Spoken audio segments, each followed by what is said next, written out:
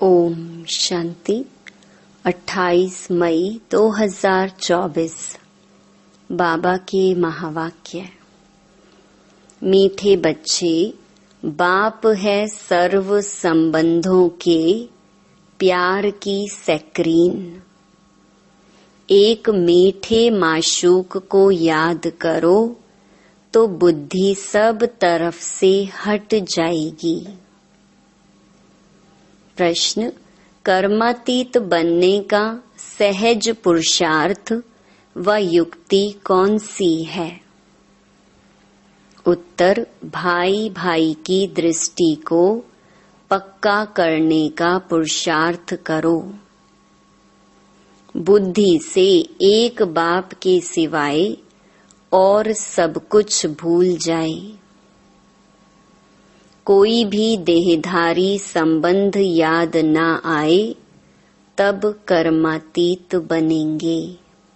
अपने को आत्मा भाई भाई समझना यही पुरुषार्थ की मंजिल है। भाई भाई समझने से देह की दृष्टि विकारी ख्यालात खत्म हो जाएंगे। ओम शांति।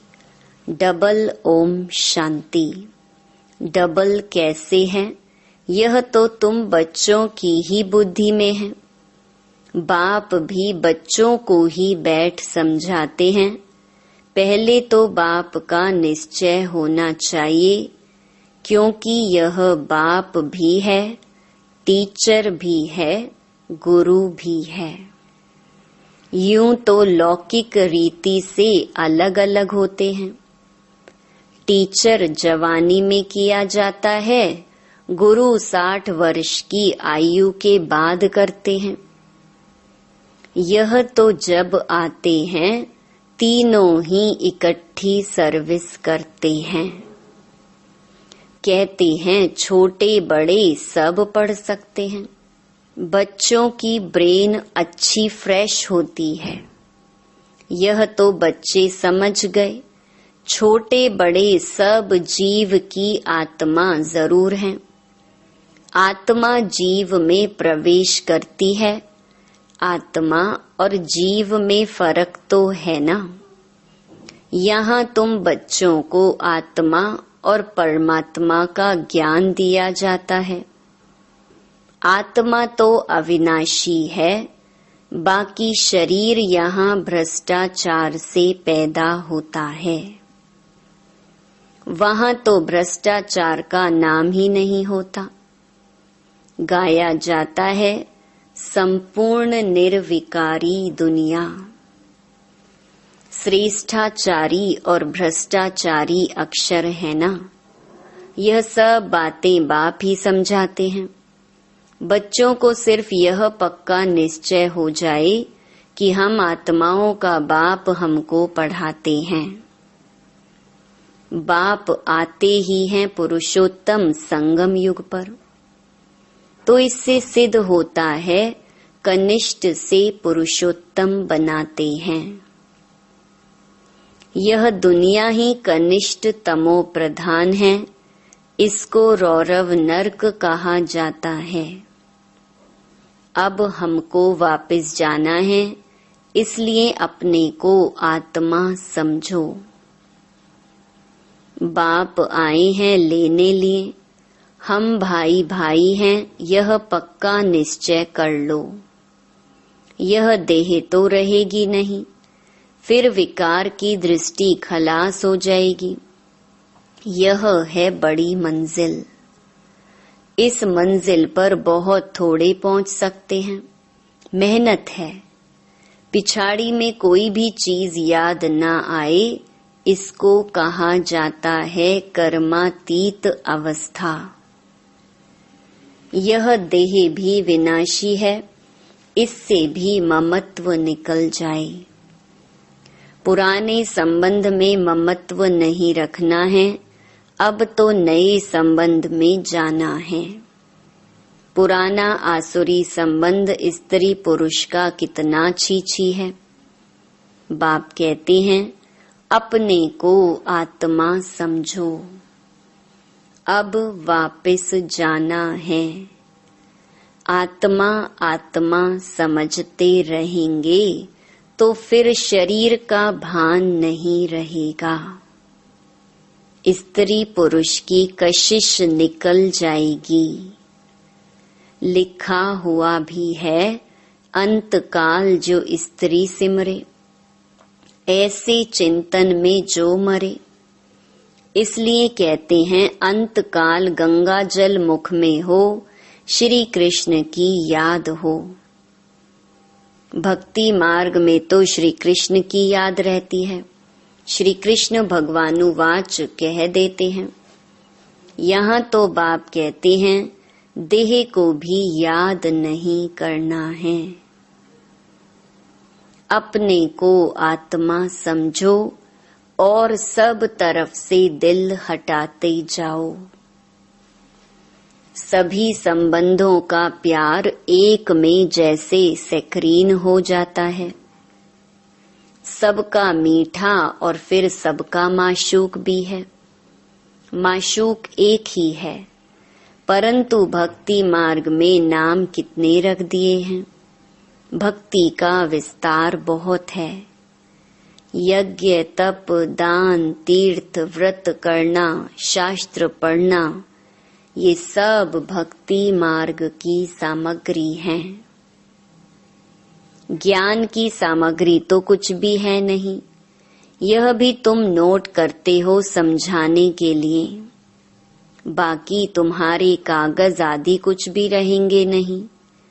बाप समझाते हैं, बच्चे तुम शांति धाम से आए थे, शांत ही थे। शांति के सागर से तुम शांति का, पवित्रता का वर्षा लेते हो। अभी तुम वर्षा ले रहे हो ना, ज्ञान भी ले रहे हो। स्टेटस सामने खड़ा है, यह ज्ञान सिवाय बाप के और कोई दे ना सके। यह है रूहानी ज्ञान। रूहानी बाप एक ही बार आते हैं रूहानी ज्ञान देने लिए। उनको कहते भी हैं पतित पावन। सुबह को बच्चों को बैठ ड्रिल कराते हैं। वास्तव में इसको ड्रिल भी नहीं कहा जाए। बाप सिर्फ कहते हैं, बच्चे अपने को आत्मा समझ मुझे याद करो। कितना सहज है। तुम आत्मा हो ना। कहाँ से आए हो? परम धाम से। ऐसे और कोई भी पूछेंगे नहीं। पारलौकिक बाप ही बच्चों से पूछते हैं, बच्चों परम धाम से आए हो ना? इस शरीर में पार्ट बजाने।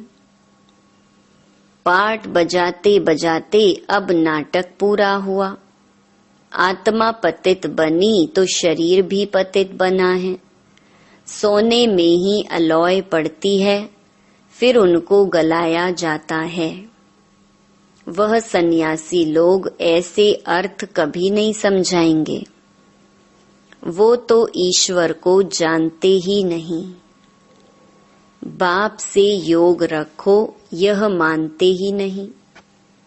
बाप जो सिखलाते हैं वह और कोई सिखला न सके।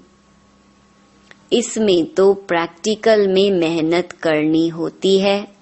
बाप तो कितना सहज करके समझाते हैं। गाते भी हैं, पतित पावन है, सर्वशक्तिमान है, उसे ही श्री श्री कहा जाता है। और श्री कहा जाता है देवताओं को। उनको शोभता है। उन्हों की आत्मा और शरीर दोनों पवित्र हैं। आत्मा को तो कोई निर्लेप कह न सके। आत्मा ही 84 जन्म लेती है, परंतु मनुष्य ना जानने के कारण अनराइचियस बन पड़े हैं। एक बाप ही आकर राइचियस बनाते हैं, रावण अनराइचियस बनाते हैं। चित्र तो तुम्हारे पास है, बाकी ऐसा 10 शीश वाला रावण कोई होता नहीं। सतयुग में तो रावण है नहीं, यह तो क्लियर है। परंतु जो सुनने वाले होंगे वह कहेंगे यहाँ का सैपलिंग है। कोई थोड़ा सुनेंगे, कोई बहुत भी सुनेंगे। भक्ति मार्ग का देखो विस्तार कितना है। अनेक प्रकार के भक्त हैं और फिर पहले से ही सुना है भगाते थे। श्री कृष्ण के लिए भी कहते हैं ना, भगाया। फिर ऐसे श्री कृष्ण को प्यार क्यों करते हैं, पूजते क्यों हैं? तो बाप बैठ समझाते हैं, श्री कृष्ण तो फर्स्ट प्रिंस है। वह तो कितना बुद्धिमान होगा। सारे विश्व का मालिक क्या कम बुद्धिमान होगा? वहां उन्हों को वजीर आदि होते नहीं, राय लेने की दरकार नहीं। राय लेकर तो संपूर्ण बना है, फिर राय क्या लेंगे? तुमको आधा कल्प कोई की राय नहीं लेनी होती है। स्वर्ग और नर्क का नाम भी सुना है, यह तो स्वर्ग हो ना सके। पत्थर बुद्धि हैं जो समझते हैं यहाँ हमको धन है, महल आदि सब हैं, यही स्वर्ग है।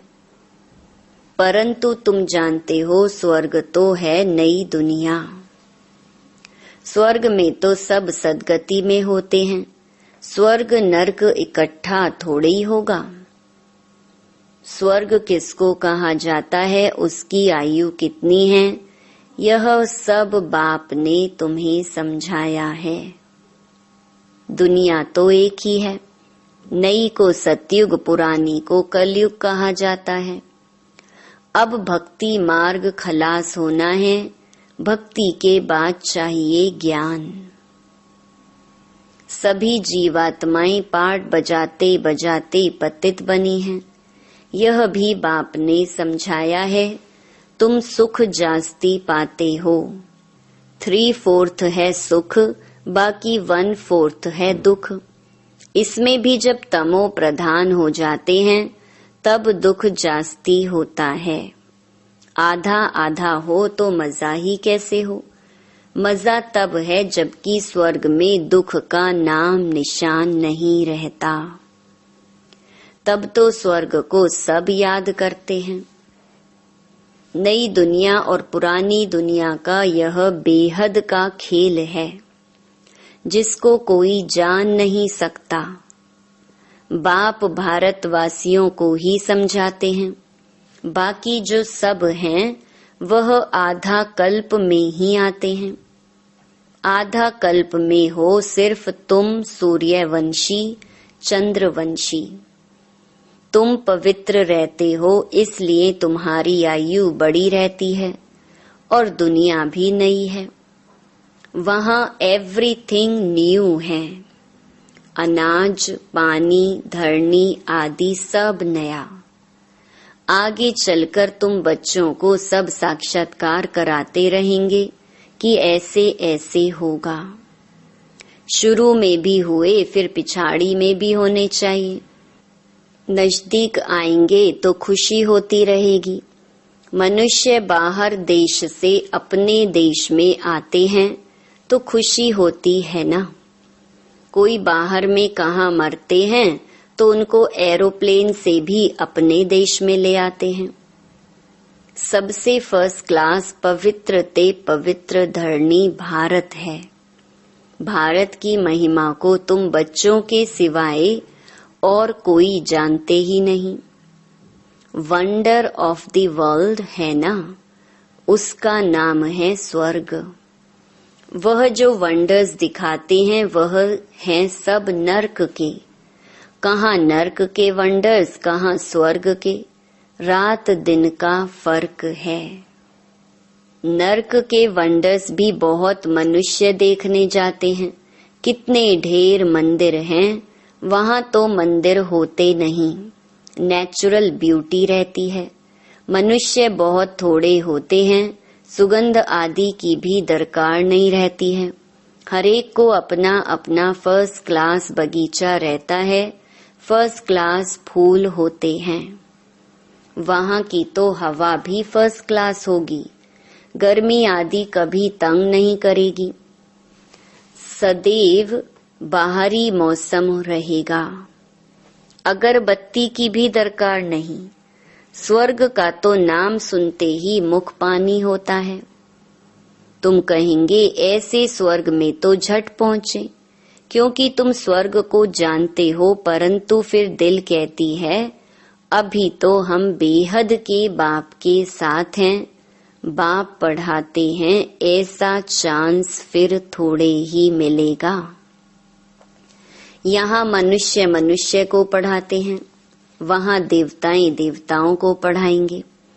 यहाँ तो बाप पढ़ाते हैं, रात दिन का फर्क है। कितनी खुशी होनी चाहिए। 84 जन्म भी तुमने लिए हैं।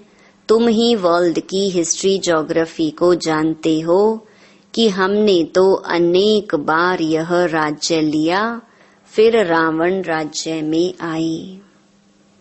अब बाप कहते हैं तुम एक जन्म पवित्र बनो तो 21 जन्म तुम पावन बन जाएंगे। क्यों नहीं बनेंगे? परंतु माया ऐसी है, भाई बहन की भी दाल नहीं गलती, कच्चे रह जाते हैं। दाल गले तब जब अपने को आत्मा समझ भाई भाई समझो, देह का भान निकल जाए। यह है मेहनत। सहज भी बहुत है। कोई को कहेंगे बहुत डिफिकल्ट है तो उनकी दिल हट जाएगी, इसलिए इसका नाम ही है सहज याद। ज्ञान भी सहज है। 84 के चक्कर को जानना है, पहले पहले बाप का परिचय देना है। बाप की याद से ही आत्मा की जंग उड़ जाएगी और पवित्र दुनिया का वर्षा पाएंगे। पहले बाप को याद करो। भारत का प्राचीन योग ही कहते हैं, जिससे भारत को विश्व की बादशाही मिलती है। प्राचीन कितने वर्ष हुए? तो लाखों वर्ष कहते। तुम जानते हो 5000 वर्ष की बात है। वही राजयोग फिर से बाप सिखला रहे हैं, इसमें मूंझने की दरकार ही नहीं। पूछा जाता है तुम आत्माओं का निवास स्थान कहाँ है? तो कहेंगे हमारा निवास स्थान भ्रकुटी है। तो आत्मा को ही देखना पड़े। यह ज्ञान तुमको अभी मिलता है, फिर वहाँ ज्ञान की दरकार नहीं रहेगी। मुक्ति जीवन मुक्ति को पा लिया, खलास। मुक्ति वाले भी अपने समय पर जीवन मुक्ति में आकर सुख पाएंगे। सब जीवन मुक्ति में आते हैं वाया मुक्ति। यहाँ से जाएंगे शांति धाम और कोई दुनिया है नहीं।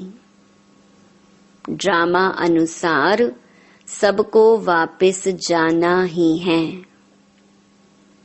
विनाश की तैयारियां हो रही हैं। इतना खर्चा कर बॉम्ब्स बनाते हैं, सो रखने के लिए थोड़े ही बनाते हैं। बारूद है ही विनाश के लिए। सतयुग त्रेता में यह चीजें होती नहीं। अब 84 जन्म पूरे हुए, हम यह शरीर छोड़ घर जाएंगे। दीपमाला पर सब नए नए अच्छे अच्छे कपड़े पहनते हैं ना। तुम आत्मा भी नई बनती हो। यह है बेहद की बात। आत्मा पवित्र बनने से शरीर भी फर्स्ट क्लास मिलता है। इस समय आर्टिफिशियल फैशन करते हैं, पाउडर आदि लगाकर खूबसूरत बन जाते हैं। वहाँ तो नेचुरल ब्यूटी होती है।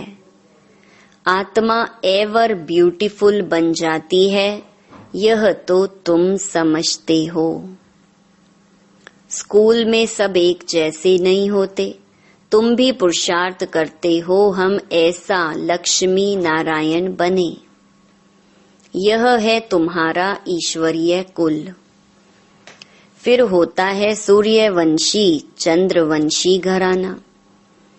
तुम ब्राह्मणों में राजाई नहीं है, तुम अभी संगम पर हो, कलयुग में अब राजाई है नहीं।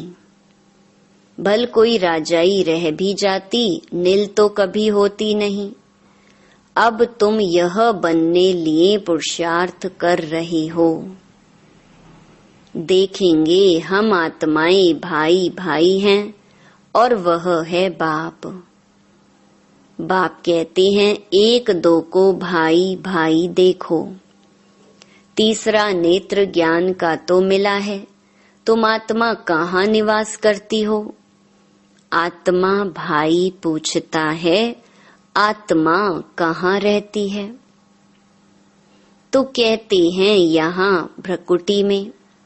यह तो कॉमन बात है, एक बाप के सिवाय कुछ भी याद ना आए।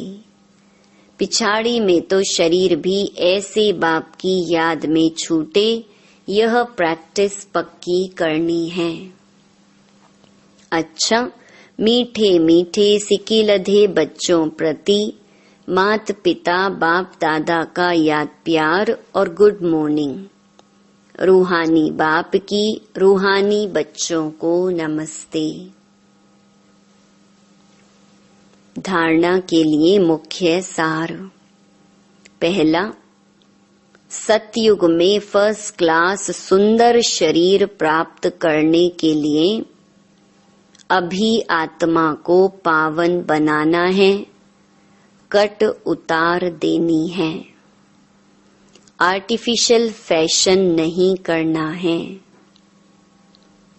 दूसरा, एवर पवित्र बनने के लिए प्रैक्टिस करनी है कि एक बाप के सिवाय कुछ भी याद ना आए।